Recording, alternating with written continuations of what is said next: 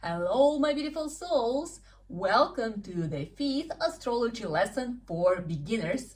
Let's have a very quick recap. In the first lesson, we learned what is a birth chart, that it illustrates our karma and that karma can be changed. In the second one, we talked about the difference between Western and Vedic astrology. And if you calculated your chart in the Vedic system, you probably realized that at least some of your placements, they differ. And from the second lesson, you can discover why and which one is the accurate one.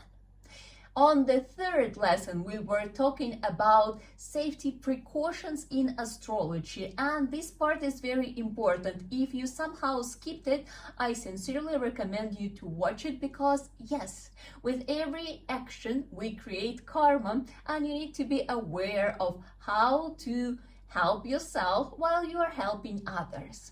And during the fourth lesson, we started digging deeper and we finally started talking about planets. Yeah, we covered all 9 planets or grahas. You know why, right? Because I hope you watched it.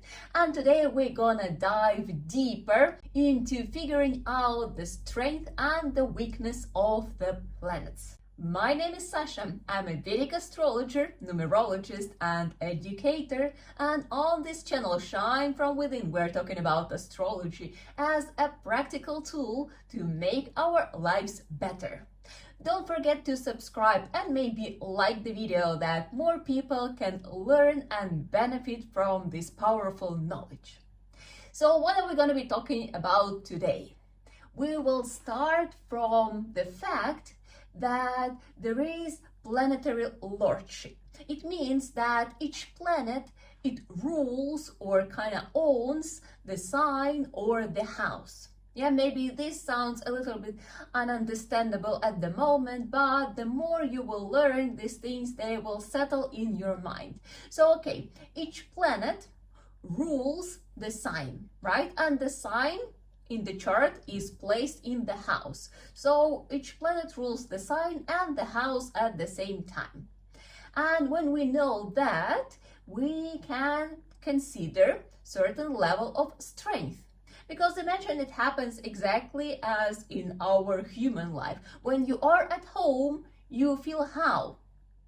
You feel relaxed, you feel comfortable, you feel strong. Yeah, you can do what you want. You are at your own home. You are the owner of the home. So you feel confident and comfortable.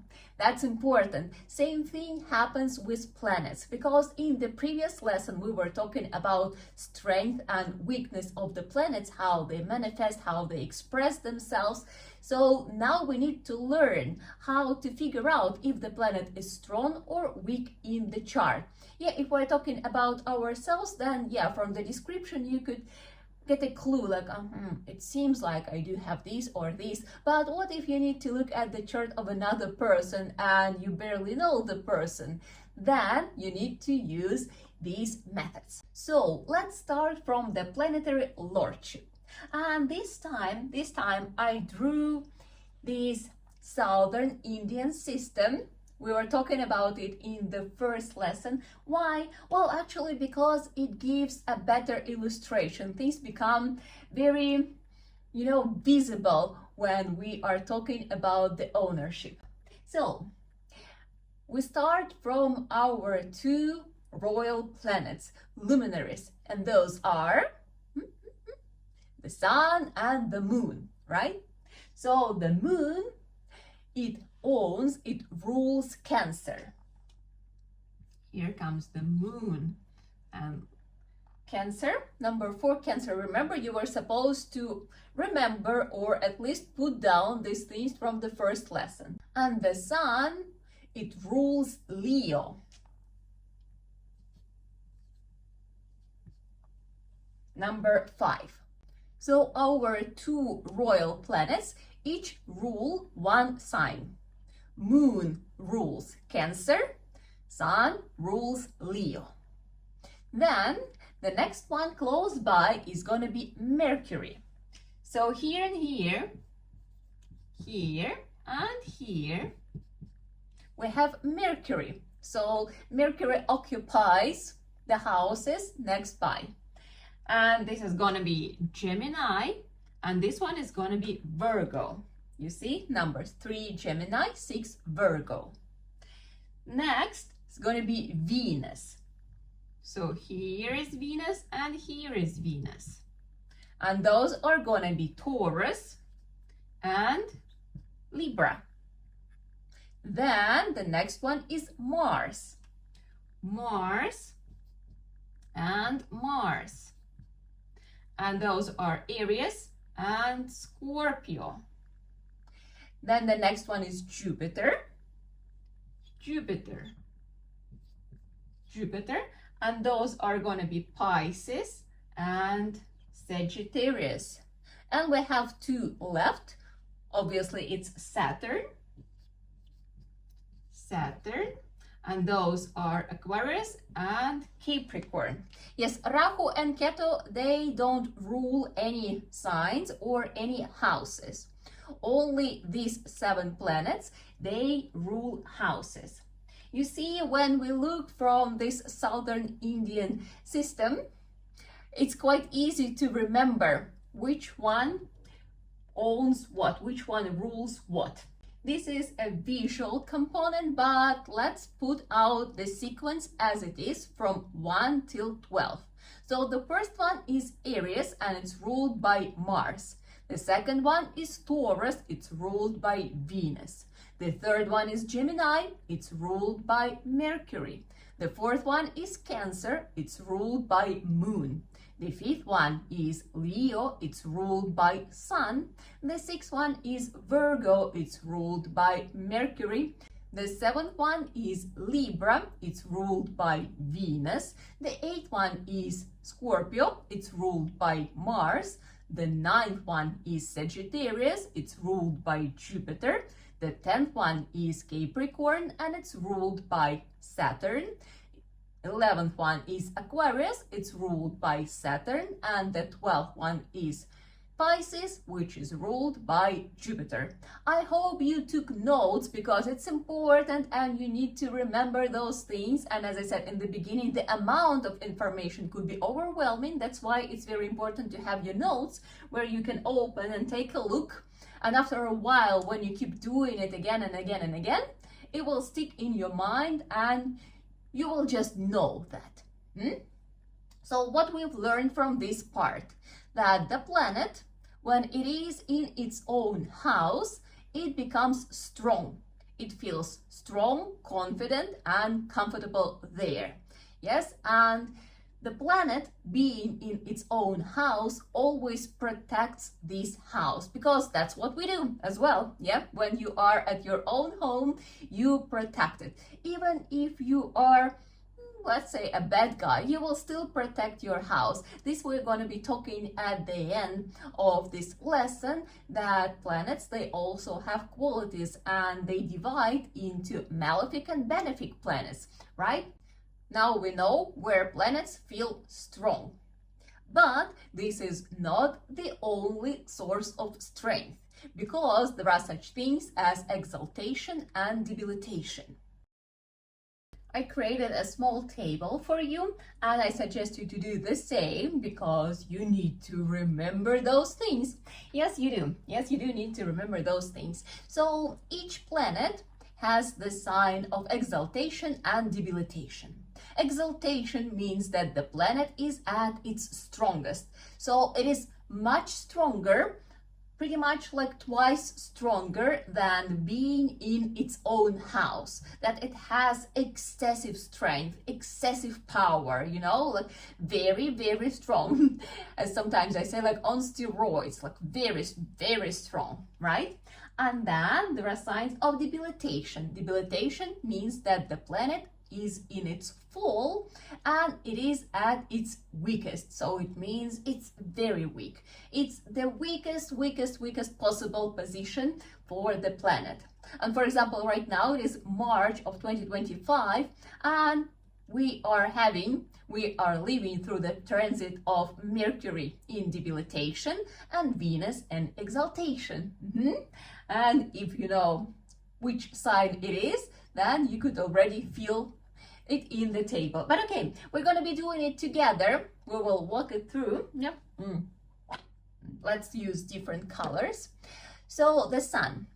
Sun is in exaltation in Aries and in debilitation in Libra. And if you think about these placements, and later we will be discussing zodiac signs, but if you have like a little bit of the knowledge, then it's supposed to make sense to you, because Aries, it's a very brave zodiac sign, and Sun feels very well there. Yeah, it's the planet that gives confidence. The vibes, they are matching and they are kind of multiplying there. While Libra, it's the sign of diplomacy, sign where you care for others more than for yourself. But Sun is the planet of ego, right? Like ego and caring for others, they don't match. So the Sun doesn't feel well in Libra. The next one is Moon. Moon is an exaltation in Taurus, and it is in debilitation in Scorpio. Maybe that is why people don't really like Scorpios. Well, having Moon in Scorpio, it is quite a placement. Again, we cannot withdraw like full conclusions from just knowing the fact that in the chart there is Moon in Scorpio, but it still kind of gives us a little bit of understanding that like, Moon, it's the planet that gives us stability of mind, yes, stability of emotions, and in Scorpio, it's in fall, so such people, they are a little bit unstable with their emotions. They experience this inner turbulence. That's why there are so many jokes about dating Scorpios and that they are, manipulative and sometimes toxic people. That is why, yeah, that these kind of combinations, they give like a little bit of hints why things are working or unfolding in a certain way. So then Mars, it's an exaltation in Capricorn, and it is in its fall in Cancer. Yeah, by the way, we had Mars in Cancer, right? It was in December, it was in January, but it's gonna be happening soon again. Yeah, right now it's in Gemini, but soon we will experience it again. So just for you to know, if you are watching it in real time when lessons are out. Okay, Mars in Capricorn. Mercury. Mercury is an exaltation in its own sign in Virgo. Again, probably makes sense if you have a little bit of knowledge about how zodiacs unfold. We will learn it soon in the following lessons. And Mercury is in debilitation in Pisces. Pisces, that's what's happening right now. So Virgo and Pisces. Next one, Jupiter. Jupiter, it is an exaltation in Cancer and in debilitation in Capricorn. And you see, it's opposite to Mars. And yeah, exaltation Cancer, debilitation Capricorn. Makes sense? No? Different vibes. Here, Mars is about fighting. Jupiter is about kindness, acceptance, wisdom. Then Venus, who knows?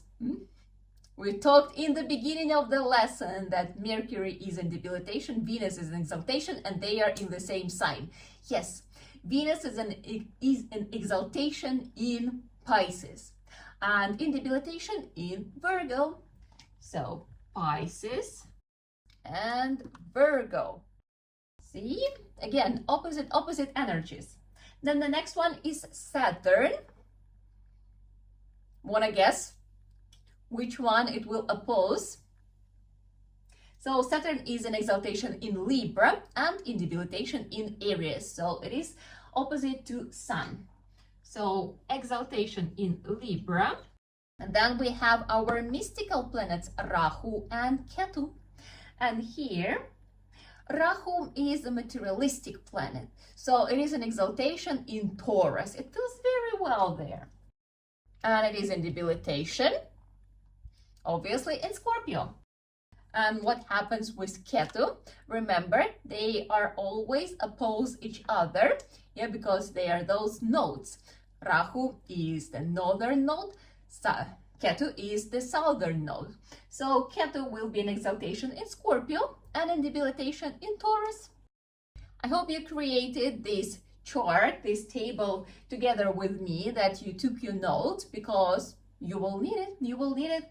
When you analyze the chart, you need to understand the strength of the planet. And first thing you look if the planet is in exaltation or if it is in debilitation. And also if the planet is in its own sign. That already gives you clues that like, there is strength, there is power in this energy, in this area of life. And this helps you get understanding of the personality and of the potential this person has in life, and as I said, in specific areas of life.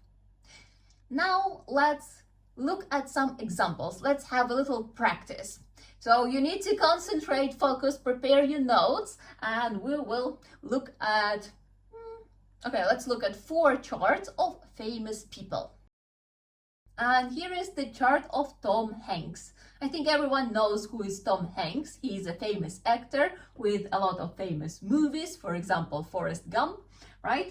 I'm pretty sure you at least heard about it. even you could be young, but Forrest Gump, it's the classics of the cinematography. Okay, here is the chart of Tom Hanks. Let's not only figure out if he has any strong planets in his chart, let's play a little bit deeper. So figure out what is his rising sign. Let's do this. What is the rising sign? Looking attentively, the rising sign we can figure out from the first house, and we have 6 here. It means that he is rising Virgo, right? Then what do we see? What is his moon sign? Moon is located here with number 4. It means that moon is in Cancer. Yeah, he is moon Cancer. What about his sun? His sun is located here. It's number 3, and his sun Gemini. We got some clues about his personality. We're not analyzing it, but I just wanted you to practice a little bit to figure out, and again, that you remember those numbers and zodiacs. Now let's take a look. Do we see any strong planets here? And I suggest that we walk one by one, starting from the first house, and we walk until the 12th. Because astrology is, we need to follow methodology. Yeah, so we need to follow the structure without just taking things. But we go one by one, step by step. And we just analyze everything what we see. And like that, we get the results, we get the understanding. So, okay. First house, no planets. Second house, no planets. Third house, what do we see here? We see Saturn and Rahu in Scorpio. What can we say? Rahu is in debilitation, in its fall. Yes, you are right. Next one, Mars in Aquarius, nothing special. Here we have Venus and Ketu in Taurus. What can we say? Venus is in its own sign. It's strong. So we mark it with 2 underlines. Yeah, and arrows, if it wasn't very obvious previously, arrows, they mark exaltation and debilitation. Arrow up, it's an exaltation. Arrow down, it's debilitation. So, and Ketu as well is in debilitation. Then we see Mercury and Sun in Gemini. What can we say?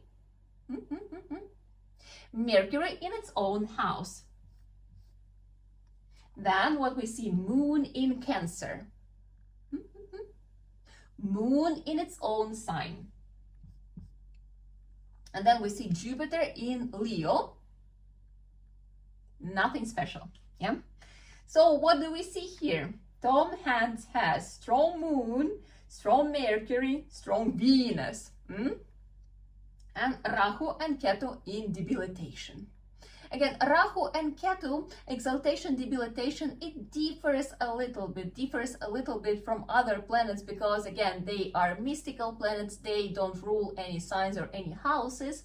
So it's not that important, but we can see strong Moon, strong Mercury, strong Venus. I think that's quite a good placement for the person who decided to make a living from the career of an actor. Yeah, a lot of emotions, a lot of feelings involved in this industry. So makes sense. And overall, I think he's quite a stable person. Yeah. Next one.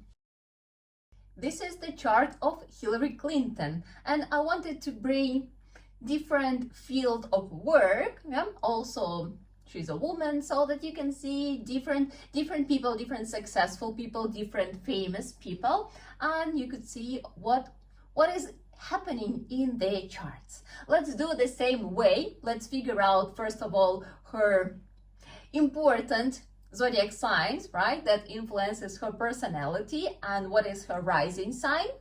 We look at the first house, we see number 3 there, and it means that Hillary Clinton is rising Gemini. That's correct. Now let's find Moon. Here is Moon. We see 12, and it means that she is Moon Pisces. Now let's find Sun. Sun is here, and it's number 7. So it means that she's Sun Libra. This is the personality of Hillary Clinton. Rising Gemini, Moon Pisces, and Sun Libra. Now, let's do exactly the same thing as we did with Tom Hanks, and let's look at each placement and see if we have any strength or weaknesses in the chart. So here we have Saturn and Mars in Cancer. Mars is in debilitation, arrow down. Next one, we see Venus, Sun, and Mercury in Libra. What do we have here? Venus in its own house, yes. Then we have Sun in debilitation. Mercury doesn't show anything special here. Then next we have Jupiter and Ketu in Scorpio, which means that Ketu is in exaltation. Moon in Pisces, nothing special. And then Rahu in Taurus. Rahu in exaltation. See? Now you're supposed to tell me, oh, she has 2 planets in debilitation. How she became a famous politician?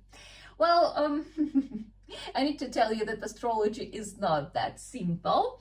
And even debilitation, very often it can get cancellation. So don't be that easily fooled and tricked.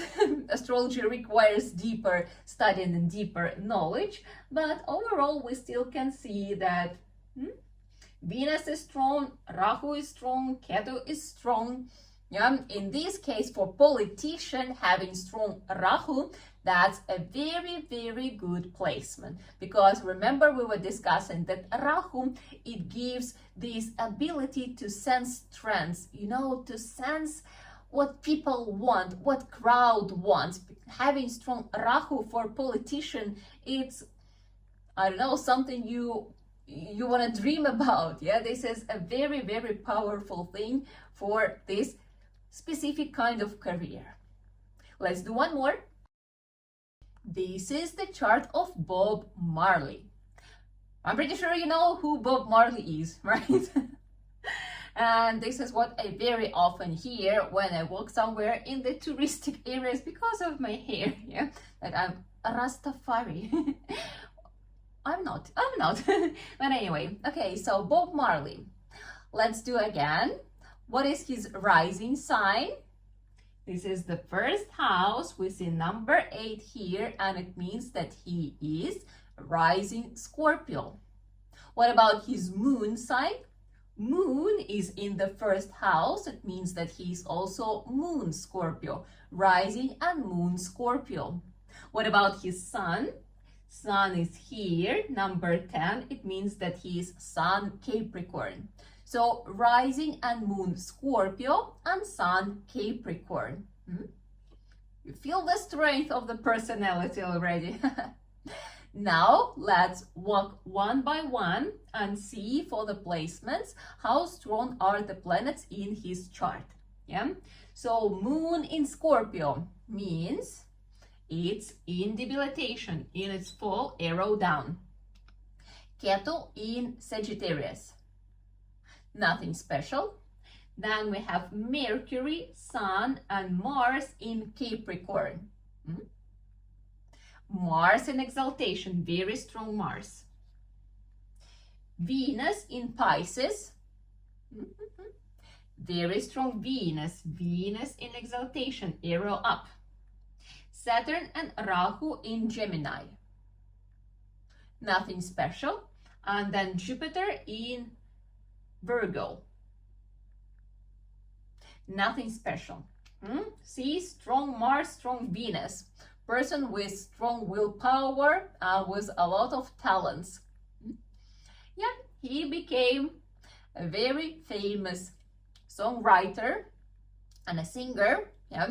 So yeah, you see all this strength, it gave him an ability, an opportunity to become a world-known figure and to bring a lot of wisdom, a lot of influence through his art, through his songs. Next one. This is the chart of Sigmund Freud. Yeah, he is the founder of psychoanalysis. I think you know who Freud is. Yeah, so he was talking a lot about subconscious mind and about defensive mechanism and so on. So yeah, a lot of researchers in the field of psychology and psychoanalysis. Let's take a look. What is the rising sign? First house, number 7, it means that Freud was rising Libra. Moon is here, number 2, it means that he was moon Taurus. What about his sun? Sun is here, number 1, so Freud was sun Aries. Rising Libra, moon Taurus, and sun Aries. Now, let's again walk one by one through all the placements and see for the strength and weakness of the planets. So Ketu in Libra, nothing special. Jupiter in Pisces. Jupiter in its own house, it's strong. Next, Sun, Venus, and Rahu in Aries. Sun in exaltation. Next one, Moon and Mercury in Taurus. Moon in exaltation, arrow up. Saturn in Gemini. Nothing special. Mars in Virgo. Nothing special. But you see, Sun in exaltation, Moon in exaltation, 2 royal planets in exaltation. No surprise that he became worldwide known, and even now we still study his theories and his philosophies, what he left, all his researches and all his ideas, they are still well known and quite valuable in his field, yeah, in psychology. Very, very strong chart. Interesting, right? And I hope you already started checking your own charts to see like if you have any strong planets there. And very often we still have at least something there.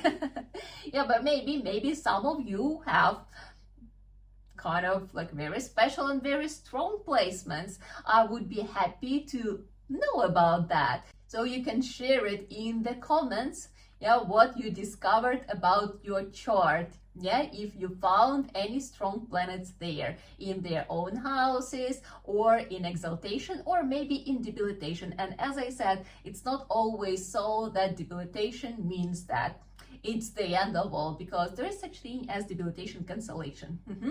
So don't get frustrated straight away. As I said, astrology, it's the whole journey, and we keep learning and learning and learning, and with every step our charts, they unfold more and more.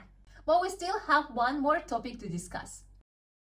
By the way, before we continue the final part of our today's lesson, I need to tell you that exaltation, debilitation, and being in its own sign, it's not the only term or condition to define planetary strength. Yeah, there are other things, and honestly, if I will bring it all out right here and right now, you will feel extremely overwhelmed.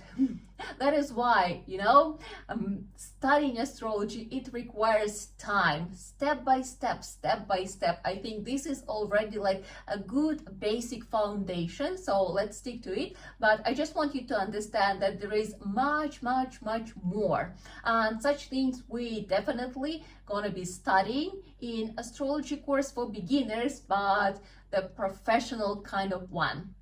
Anyway, let's continue.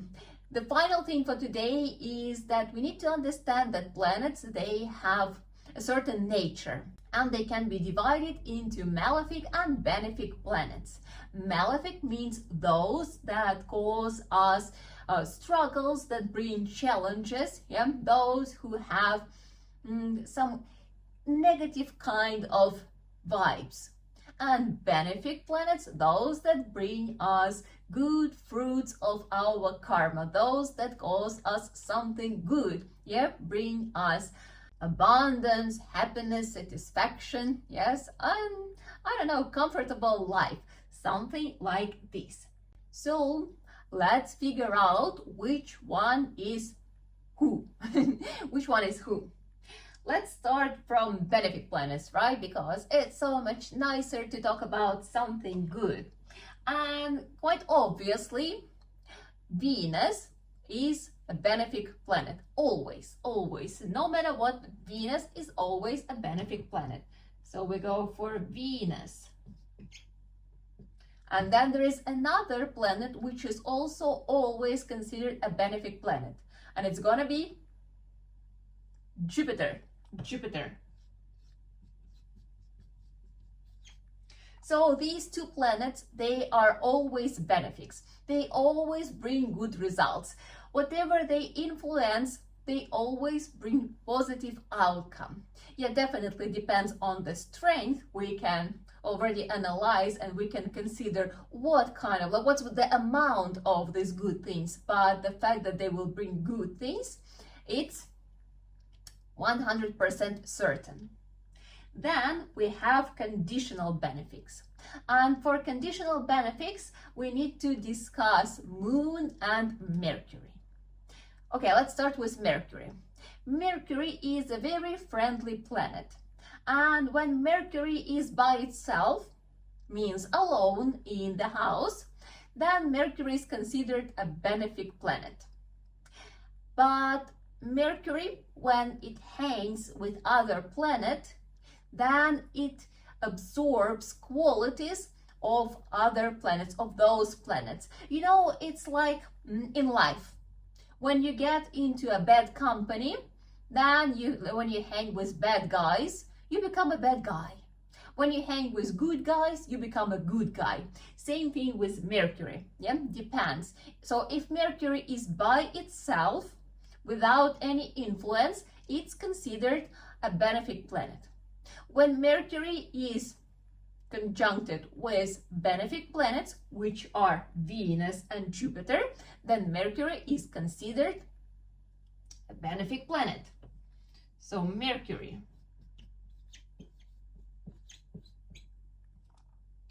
What about Moon? I'm pretty sure you know that Moon changes. It changes all the time. And we have waxing moon, yeah, full moon, waning moon, and the dark moon, Amavasya. So when the moon is dark, when it's new moon or empty moon, then moon is considered a malefic planet. But we are talking here about benefic planets. So when moon is strong, yeah, when it already has its power, when it's getting close to being full moon, right? So then moon is considered a benefic planet. So moon, let's put it like full moon, yeah? What about malefic planets? Mars is a malefic planet, always. Which one else? Saturn. Saturn is always a malefic planet. Then I guess I need to add a couple more things here. Sun, the planet Sun, it's a mild malefic. Mild malefic, it means that it's not as harmful as Mars and Saturn, but it still gives affliction. So Sun is a mild malefic. What about Rahu and Ketu? Obviously, they are also malefic planets. Rahu and Ketu. Rahu and Ketu. And conditional malefics, here we just discussed it's going to be Mercury, right? Mercury. But when Mercury is conjuncted with malefic planets. So if Mercury is together with Mars, with Saturn, with Sun, with Rahu, with Ketu, at least one of those, then Mercury is considered a malefic planet. And then it's moon. So let's say dark moon, yeah, dark moon. How to understand about the moon? Okay, let me make a little illustration.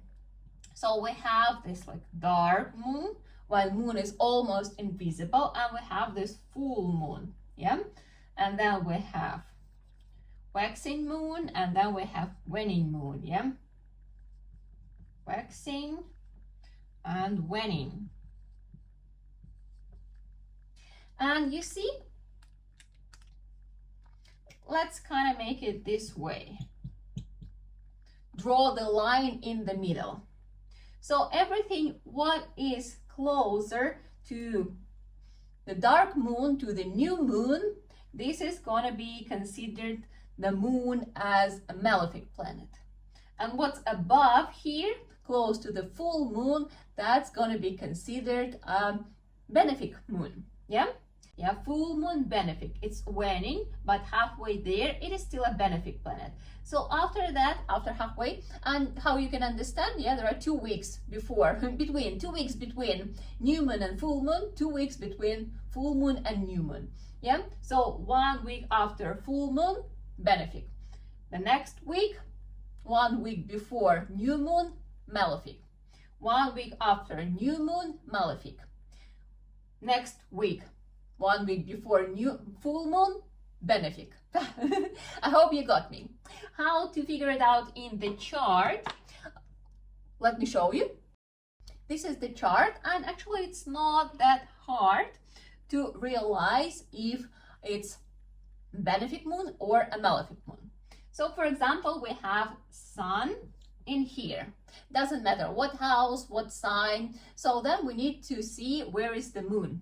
And if moon is together with the sun, it means it's new moon. New moon or dark moon, it means the moon is a malefic planet. Yes, that's correct. But if we see that the moon is here, in the opposite house from the sun, yeah, like literally opposite, yeah, because there is 7 houses in between. And it means that this is full moon when they are in opposite houses. Full moon means that moon is a benefic planet, right? Yeah. And then, yep, we just need to understand if moon is far away from sun, that's a benefic moon. If moon is close to sun, it's a malefic moon. Yeah? If moon is here, it's a malefic moon. If moon is here, it's a benefic moon. I know, it's a lot of information. It's a lot to remember, a lot to digest. That is why, step by step. Yeah, it's really hard to put it all together and start using straight away. It requires time, it requires studying, it requires digesting, and it requires practice. But I hope this gives you this thirst for knowledge, thirst for practice, and you will come back for our next lesson. Let's finish as we always do with the mantra, which means may all the beings in the world be happy. Sit with your straight back. Loka samasta sukhino bhavantu.